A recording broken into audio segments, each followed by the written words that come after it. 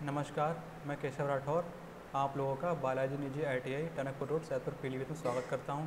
आज हम व्यवसाय इलेक्ट्रिशियन के द्वितीय वर्ष का जो विषय है कार्यशाला गणना एवं विज्ञान या वर्कशॉप कैलकुलस एंड साइंस का एक टॉपिक है अलजेब्रा सेकंड, इसके विषय में पढ़ेंगे। अलजेब्रा सेकंड, इसके बारे में थोड़ा हम परिचय जान लेते हैं। बीजगणित गणित की वह शाखा है जिसमें हम अज्ञात राशियों के मान ज्ञात करने की विधियों का अध्ययन करते हैं। स्थिरांकों और चरों का एक संयोजन जो गणितीय संक्रियाओं x गुणा भागा माइनस द्वारा जुड़ा होता है बीजगणितीय व्यंजक कहलाता है तथा बराबर चिन्ह के साथ एक बीजगणितीय व्यंजक समीकरण कहलाता है। बीजगणित के अंतर्गत हम घातांक, द्विघात समीकरण, 2 अथवा 3 चरों वाले युगपत समीकरण आदि का अध्ययन करते हैं। घातांक किसे कहते हैं? किसी संख्या के ऊपर लगी धनात्मक अथवा ऋणात्मक घात उस संख्या का घातांक कहलाती है। जैसे यदि हम a को 8 बार लिखें इस तरह से a गुणा a गुणा a गुणा a गुणा a गुणा a को हम इस प्रकार भी लिख सकते हैं a की पावर 8 या a की घात 8। अगर ऐसे लिखा जाए तो a जो है हमारा क्या हो जाएगा? आधार।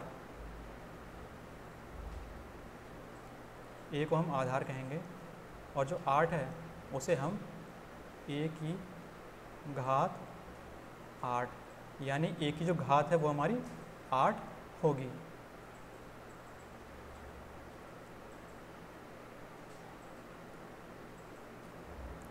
अगर हम 2 को 2 गुणे 2 गुणे 2 गुणे 2 लिखें तो इसका मतलब ये 2 की पावर 4 यानी 2 की घात 4। तो जो हमारा 2 है ये तो हमारा आधार हो जाता है और ये 4 है हमारा 4, ये हमारी घात कहलाएगी, ये हमारी घात कहलाएगी। अब परिमेय घातांकों के लिए कुछ घातांकों के नियम हैं, वो कुछ इस प्रकार हैं। अगर मान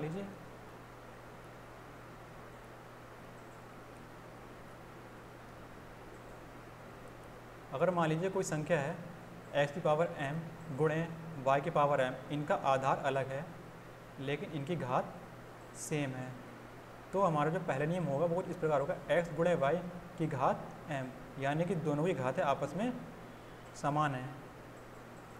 एग्जाम्पल के लिए अगर 2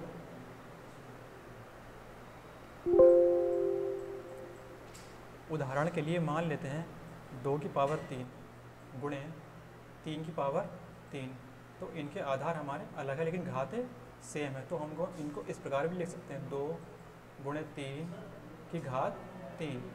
ठीक है। दूसरा जो नियम है वो हमारा कुछ इस प्रकार है। अगर मान लीजिए कोई संख्या है, दूसरी x कोई संख्या है, इनकी घात अलग अलग हैं और एक गुणा में है तो उनकी घातें आपस में जुड़ जाएंगी।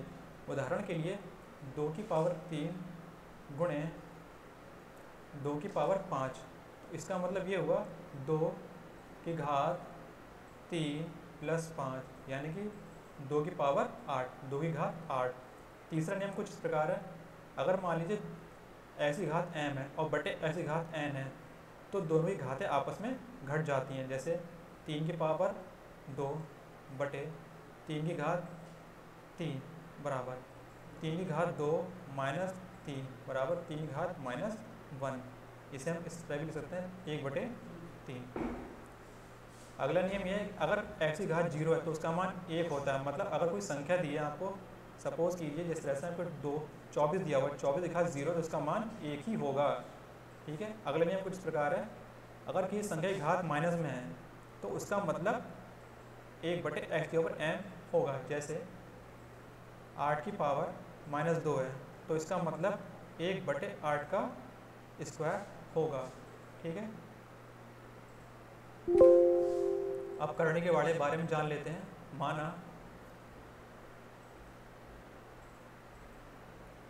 माना कि p एक कोई परिमेय संख्या है। ठीक है। परिमेय संख्या कुछ भी हो सकती है, 2, 3, 4 तथा n एक घात है और घात एक धन पूर्णांक है।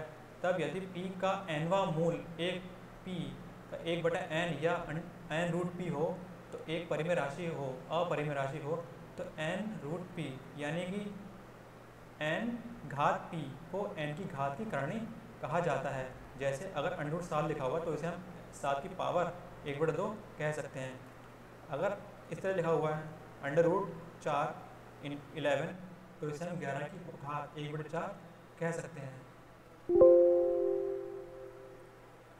इसी प्रकार से अगर कुछ करने कुछ इस प्रकार है तो इसे हम 8 की पावर 1/3 लिख सकते हैं, यानी कि 8 की तीसरे घात की करणी है, इसे हम दूसरे घात की करणी कहेंगे, इसे हम चतुर्थ घात की करणी कहेंगे। परिमेय संख्या आपकी कुछ इस प्रकार होती है 1, 2, 3, 4 या कोई भी धन पूर्णांक, और अपरिमेय राशि आपकी कुछ इस प्रकार होती है √8, √2, कुछ भी हो सकती है √x, y, z। ठीक है। करणी के भी अपने कुछ नियम होते हैं। मान लेते हैं कि पी व क्यू दो परिमेय संख्या है, परिमेय संख्या कुछ भी हो सकती है, जैसे कि मैंने बताया कि 2, 3, 4, 6 कुछ भी हो सकती हैं, तथा m व n दो धन पूर्णांक है, यानी कि दो पॉजिटिव पूर्णांक है। तब जो पहला नियम होगा वो इस तरह से होगा, अगर ये नियम ये है n √p की घात n, तो इसे हम इस प्रकार भी लिख सकते हैं, जैसे 3, 2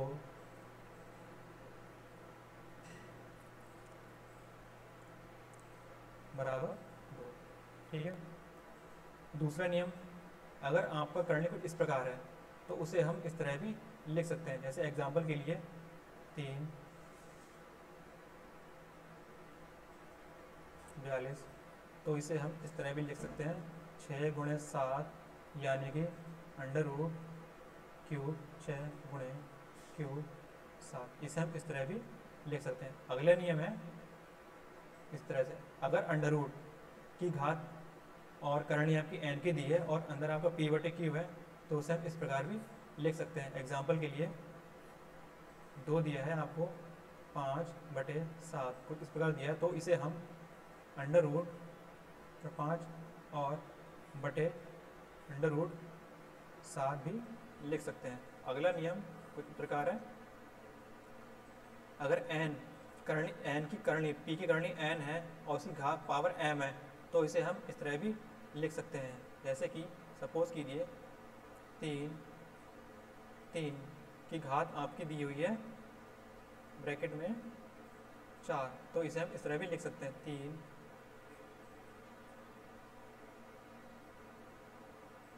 4। ठीक है। अगला नियम, जैसे अगर घातें 2 हैं, अगर 2 करनियाँ एक साथ लगे, से 2 की करनी लगी है, फिर एक 3 की करनी लगी और अंदर की संख्या 7 है, तो इसे हम इस प्रकार से करणियों के आपस में गुणा कर देते हैं, 2, 3, 6 इस तरह से। अगर करणी के अंदर करणी है तो हम उन करणियों का जो घातांक है, घातांक 1/2 इसका 1/3 का घातांक, इन दोनों का मल्टीप्लाई करके इस तरह से लिख सकते हैं। करणियों पर संक्रिया, अब करणियों पर कई सारे ऑपरेशन या संक्रियाएं होती है, जैसे करणियों को आरोही अवरोही क्रम में लगाना, करणियों की गुणा करना वगैरह वगैरह, तो हम इसके विषय में पढ़ेंगे। सबसे पहले करणियों को आरोही अवरोही क्रम में लगाना। आरोही क्रम क्या होता है? आरोही क्रम यानी कि बढ़ता क्रम, अवरोही मतलब घटता क्रम। ठीक है, अवरोही यानी कि घटता हुआ क्रम।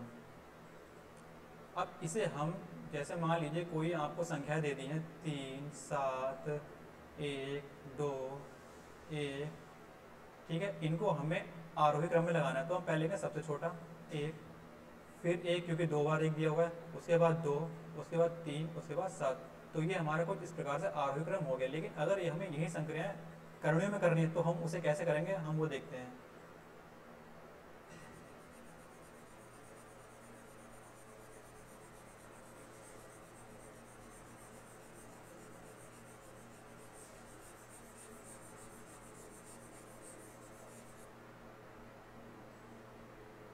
जैसे मान लेते हैं हमारी कुछ करनी इस प्रकार है,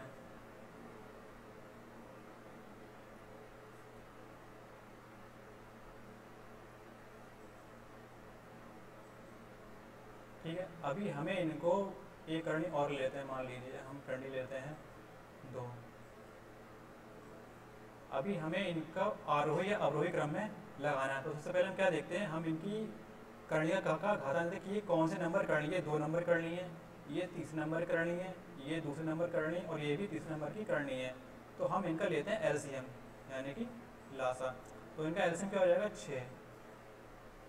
ठीक है, अब जो एलसीएम इनका आया है हम प्रत्येक करनी का जो नंबर है उस एलसीएम से को भाग देंगे। जैसे कि इससे 2 है तो इसे हम 2 से भाग देंगे यानी कि 3। इसका 3 है यानी कि 2। इसके लिए 6/2 यानी कि 3। इसके लिए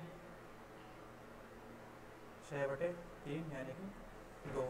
ठीक है, हमारे पास ये नंबर, हमको ये नंबर मिले तो हम क्या करेंगे, हम जो पहला नंबर है उसको हम 3 की घात 3 लिखेंगे, दूसरा है 4 की घात 2, तीसरा है 5 की घात 3 और चौथा है 2 की घात 2।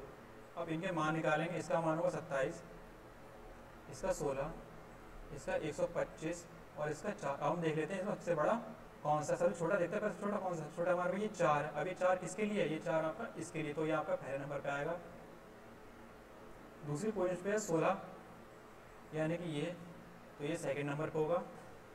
ठीक है, थर्ड है आपका 27 किसके लिए, इसके लिए यानी कि थर्ड पर होगा। और सबसे बड़ा है आपका 125 यानी कि √5। तो ये आपका हो गया आरोही क्रम, यानी कि सबसे पहले आपका आएगा कॉमा, फिर सेकंड पर है क्यूब 4, थर्ड पर है √3 और फोर्थ पर है √5। तो ये इस प्रकार का आपका बढ़ता हुआ क्रम हो गया है। अभी हमने करणियों के एक आरोही क्रम का एक एग्जाम्पल देखा। अब हम देखेंगे एक अवरोही क्रम का एक एग्जाम्पल। अवरोही क्रम, मान लेते हैं हमारे कुछ 4 करनी इस प्रकार हैं, जैसे √5 2 √2 3 और ये लेते हैं हम 2 ले लेते हैं इसको, और इसमें ले लेते हैं हम 3। ठीक है, इसमें हम 10 ले लेते हैं। ठीक है, अब हमें क्या देखना है कि ये करनी कितने नंबर की है, 5 नंबर करनी है 5। तो हम लेंगे 5, 2, 2 और 10, इनका एलसीएम 2, 2 और इस 10 का एलसीएम लेंगे। तो एलसीएम क्या होगा, एलसीएम एक ऐसी संख्या होगी जो इन चारों संख्याओं से विभाजित हो सके यानी कट सके। तो इनका एलसीएम होगा 10, क्योंकि 10 5 से भी विभाजित है, 2 से भी विभाजित है, इससे भी कट सकती है और इससे भी कट सकती है। ठीक है, अब जो ये संख्याएं आई हैं हम इनको एक एक करके इससे भाग देंगे। जैसे 5 से भाग देंगे तो हमारा आएगा 2, 2 से भाग देंगे तो आएगा हमारा 5, ये 2 से भाग देंगे तो आएगा 5 और ये 10 से भाग देंगे तो आएगा हमारा 1। अब ये संख्याएँ हैं हम इनको इसकी घात बनाएंगे, 2 की घात 2, 3 की घात 5, 3 की घात 5 और ये 2 की घात 1। अब 2 का स्क्वायर होता है 4, 3 का स्क्वायर आपका हो जाएगा 3 का आपका हो जाएगा 3 3 9 9 81 81 9 9 72, इसका भी हो जाएगा 729, इसका हो जाएगा आपका 2। अब हम देखते हैं कि अवरोही क्रम का मतलब होता है सबसे बड़ा, फिर उससे छोटा, फिर उससे यानी घटता क्रम। तो सबसे बड़ा इसमें क्या है हमारा, सबसे बड़ा इसमें है आपका 3 की पावर 5 यानी कि ये कुछ सेम ही हो गया है, कोई दिक्कत नहीं। ठीक है, तो 2√3, फिर आया आपका 2√3, उसके बाद इससे छोटा कौन सा आपका 4। अब 4 ये किसके लिए है आपका, इसके लिए। ठीक है, तो √5 और आपका फिर होगा नेक्स्ट 2 यानी कि सबसे छोटा आपका 2 और 2 किसके लिए आपका, इसके लिए, यानी कि 10 10 2। ठीक है, तो ये आपका होगा फर्स्ट क्वेश्चन, सेकंड, ये थर्ड और ये आपका फोर्थ। ठीक है, अगला जो प्रोसेस है हमारा करणियों का जोड़ना एवं घटाना।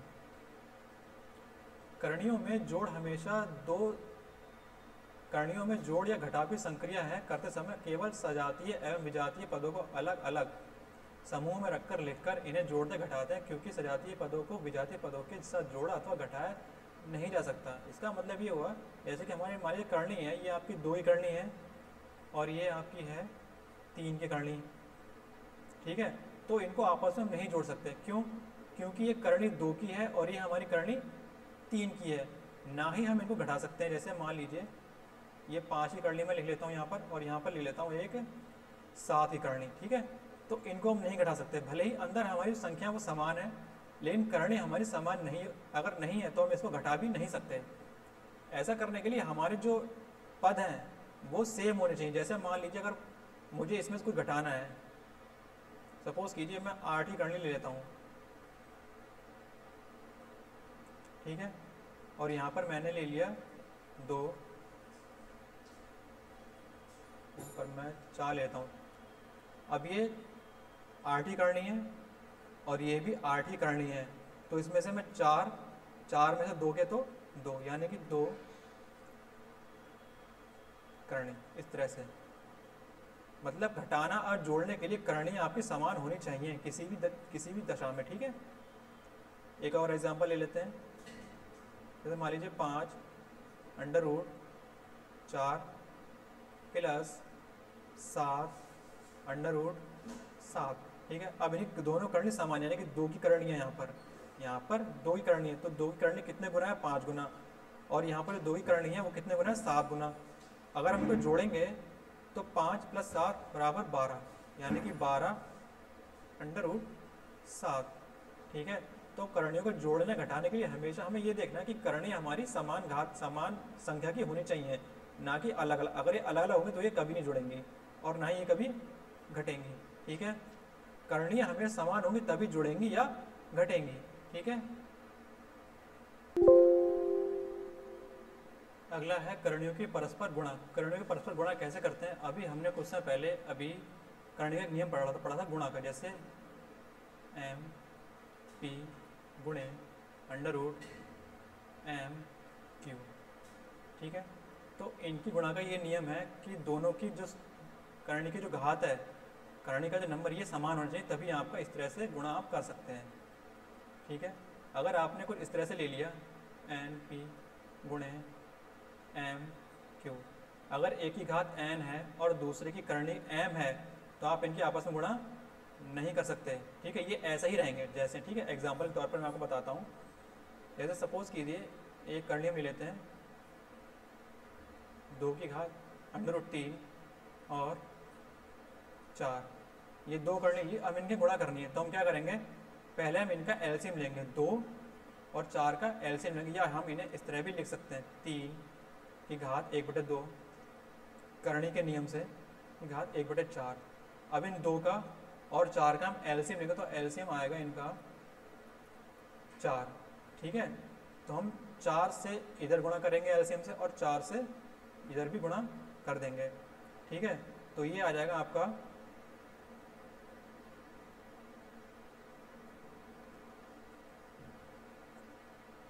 2 1/4। इस तरह से हम इसको लिख सकते हैं 3 1/4, ठीक है। हम इन काटेंगे नहीं, जो एलसीएम है वो इनका नीचे आ गया, ठीक है। और जो भाग करके जो अब जब भाग करेंगे तो जो भाग में जो भागफल आएगा वो इसकी घात बन जाएगा, ठीक है। 4 से 1 कम 4 तो 1 यहाँ आ गया और आपका एलसीएम यही रहा, ठीक है। अब इनको हम इस तरह से लिख सकते हैं 3 का स्क्वायर गुणे, ठीक है। अब हम इनके आपस में गुणा करेंगे तो कुछ इस तरह से हो जाएगा 3 का स्क्वायर गुणे 3 या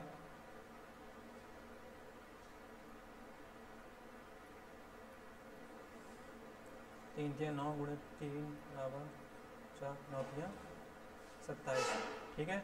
इसको हम एक दूसरे एग्जांपल से भी समझेंगे। मान लेते हैं कि 2 करणी हमारे पास हैं, एक है आपकी √3 और आपकी दूसरी करणी है 3 4। इनकी हमें आपस में गुणा करनी है, ठीक है।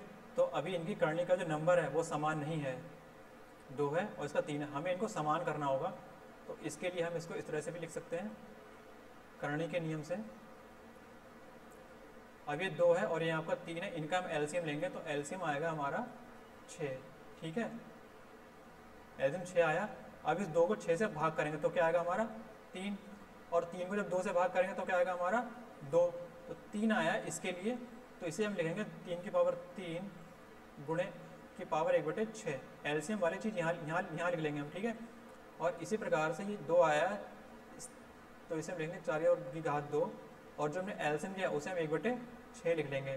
ठीक है, अब इसे हम इस तरह से भी लिख सकते हैं गुणे। ठीक है, अब हम इनके आपस में मल्टीप्लाई या गुणा कर सकते हैं, जैसे कि 6 और 6। अब इनकी जो करने का जो नंबर है वो समान हो गया है, तो हम इसको इस तरह से लिख सकते हैं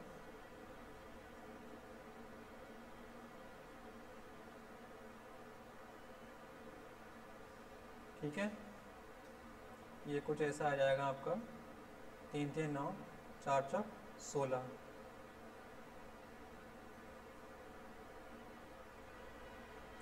में 144, ये इस तरह से। ठीक है, तो गुणा करने के लिए हमें हमेशा ध्यान रखना है कि जो करने का जो नंबर है ये हमारे सेम होने चाहिए। अगर यह 2 है तो यहाँ भी 2 होना चाहिए। तो अगर सेम ना हो तो हमें उसे एलसीएम लेकर बनाना होगा, जैसे हमने इसका एलसीएम लिया 6, इस प्रकार से। ठीक है, करणियों का आपस में विभाजन। 2 करणियों का विभाजन तभी संभव है जब दोनों करणियां समान घात की हों। ठीक है,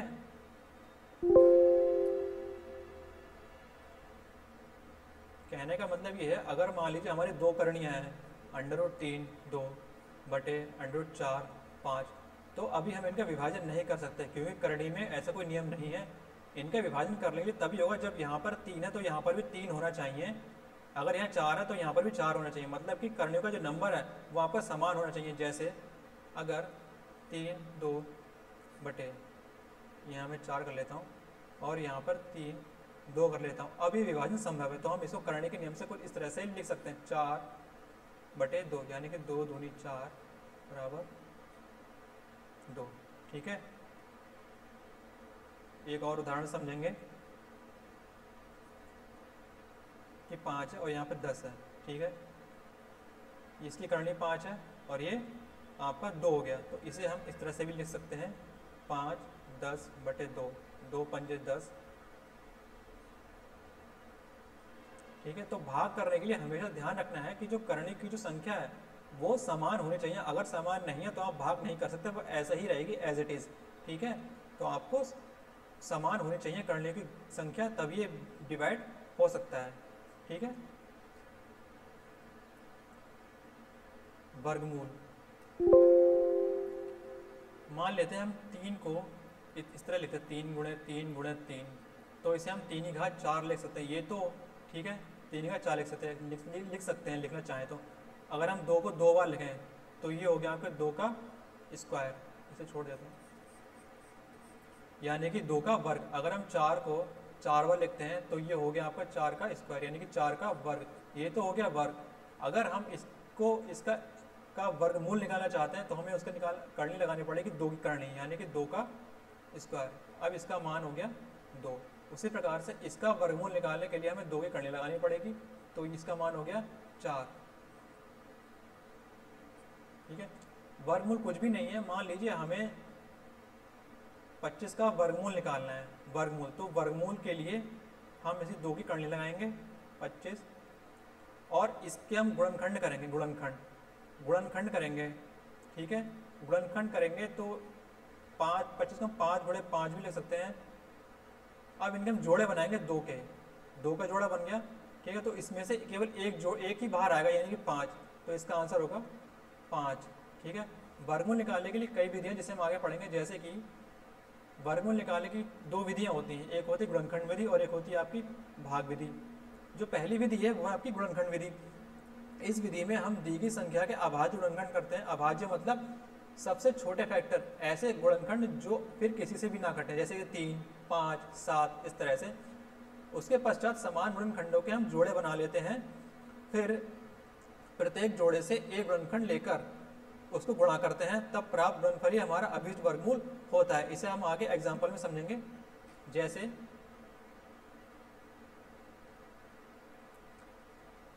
जैसे हमें मान लीजिए हमें 16 का वर्गमूल ज्ञात करना है, 16 का वर्गमूल, तो हम क्या करेंगे, 16 के हम गुणनखंड करेंगे,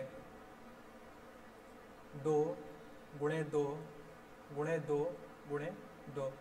अब इनके हम जोड़े बनाएंगे, 2 2 के, ठीक है, 2 के जोड़े बना लिए। अब इस 2 में से केवल एक ही 2 बाहर आएगा और इसमें से भी एक 2 बाहर आएगा और इनका हम गुणनफल करेंगे तो आएगा 4। यानी कि 16 का जो वर्गमूल होगा वहाँ पर क्या होगा, 4। उसी प्रकार से अब हमें ध्यान रखना कि हमें अभाज्य गुणनखंड ही करने हैं, यानी कि 2 से छोटा कुछ नहीं होगा, ठीक है।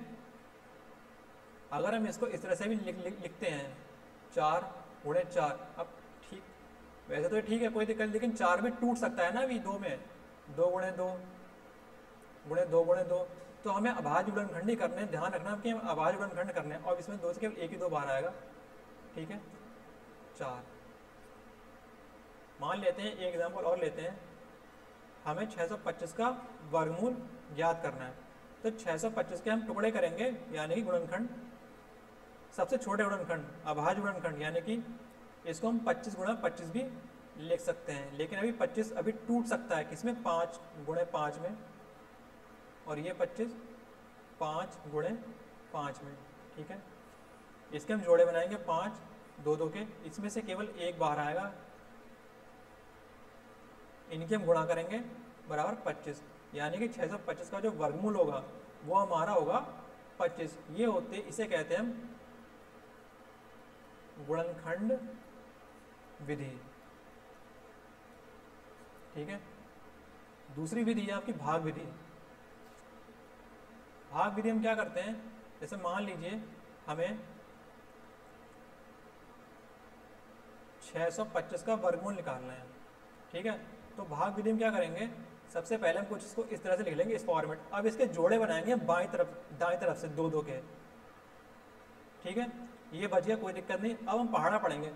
अब जो हम पहाड़ा पढ़ेंगे वो हम वर्ग के रूप में पढ़ेंगे, जैसे कि 2 दूनी 4, 3 तिहाई 9, 4 चौक 16, 5 25। हम पहाड़े कुछ इस तरह से पढ़ेंगे वर्ग में, ठीक है।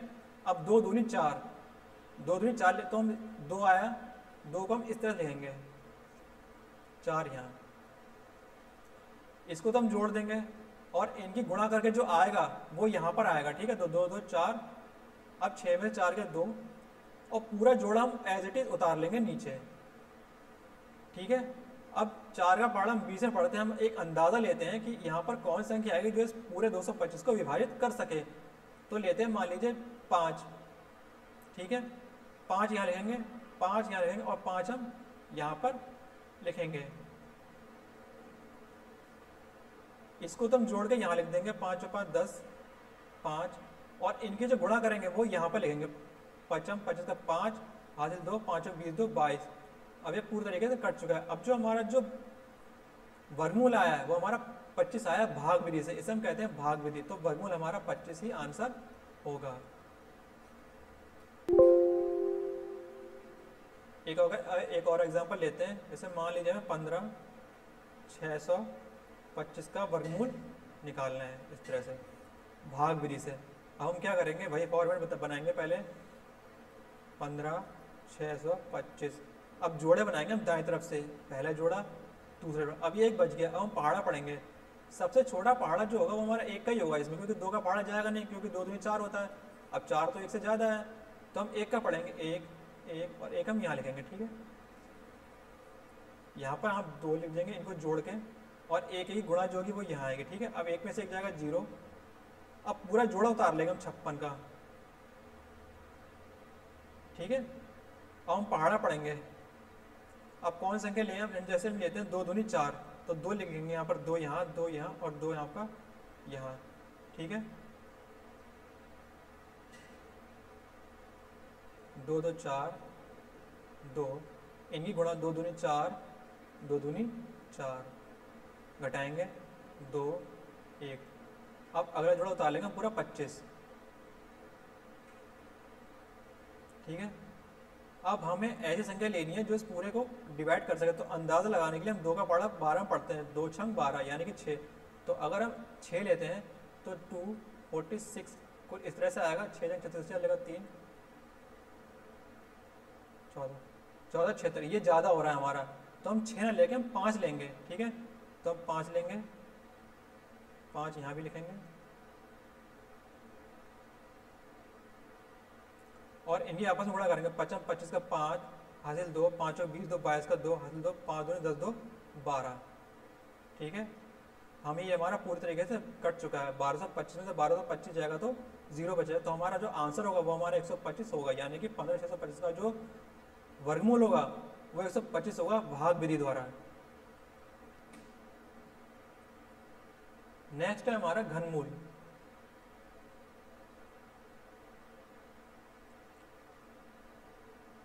जैसे हम 4 को 2 बार लिखकर 4 का स्क्वायर कर देते हैं, यानी कि ये हो गया आपका वर्ग। उसी प्रकार से अगर हम 4 को 3 बार लिखेंगे, 4 गुणे 4, तो इसको हम बोलेंगे 4 की घात 3, यानी कि आपका ये घन है, 4 का घन है। अगर हमें घन निकालना है तो हम 3 की करनी लगाएंगे, 3 की करनी लगाते हैं। तो इसका मतलब हो गया कि जो अंदर जो जोड़े बनेंगे वहाँ पे 3 3 के बनेंगे, यानी कि इस प्रकार से 4 गुणे 4 गुणे 4। इसमें से केवल एक ही बाहर आएगा 4, तो 4 तो ये हो गया आपका 64। तो 64 का जो आपका घनमूल होगा वो आपका 4 होगा। जैसे हम वर्गमूल में 2 की करनी लगाते थे, 2 की करनी लगाते थे और अंदर 2 के जोड़े बनाते थे, ठीक है, वैसे ही घनमूल में हम 2 के ना बनाकर 3 के जोड़े बनाएंगे, क्योंकि करनी हमारी 3 की है। जितनी ही करनी होती है हम उतने ही जोड़े बनाते हैं, लेकिन चूंकि हमें यहाँ घनमूल निकालना है, घनमूल तो हम 3 के ही जोड़े बनाएंगे। जैसे 27 लिखा है हमने, 27 हमें घनमूल निकालना है, तो इसके हम टुकड़े करेंगे। सबसे छोटे टुकड़े करेंगे 3 गुणे 3 गुणे 3, इसमें इसके जोड़े बनाएंगे 3 के, और केवल एक 3 ही बाहर आएगा, यानी कि 27 का घनमूल क्या होगा हमारा 3। घनमूल ज्ञात करने की विधि। घनमूल की विधि में जैसे मान लीजिए हम 125 का घनमूल निकालते हैं, 125 का हमें घनमूल निकालना है, तो पहले तो हम 125 के टुकड़े करेंगे। 125 के टुकड़े कुछ इस प्रकार से होंगे, 5 गुणे 5 गुणे 5, ठीक है। इसमें हम 3 के जोड़े बनाएंगे और इस 3 के जोड़े में से केवल एक ही बाहर आएगा, यानी कि 5, यानी कि 125 का जो घनमूल होगा वो हमारा 5 होगा, ठीक है। एक और उदाहरण समझेंगे। जैसे मान लीजिए हमें 8000 का घनमूल निकालना है, तो पहले हम 8000 के टुकड़े करेंगे। 8000 के टुकड़े करने के लिए हम भाग विधि का यूज करेंगे और सबसे छोटे पहाड़े से यूज करेंगे। 2 चौक 8 यानी कि 4000, 2 दूनी 4,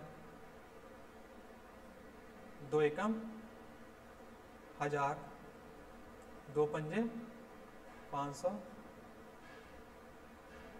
2 दूनी 4, 2 पंजे 250, 2 एकम 2 दूनी 4, 2 पंजे 10, ठीक है।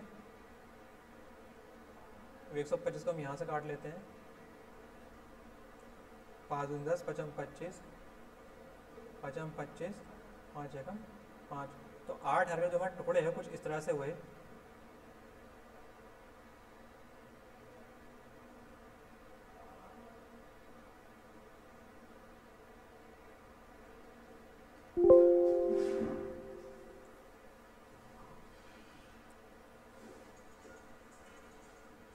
दो गुणे 2 गुणे 2 गुणे 2 गुणे 2 गुणे 2, 1 2 3 4 5 6, 1 2 3 4 5 6 गुणे 5 गुणे 5 गुणे 5।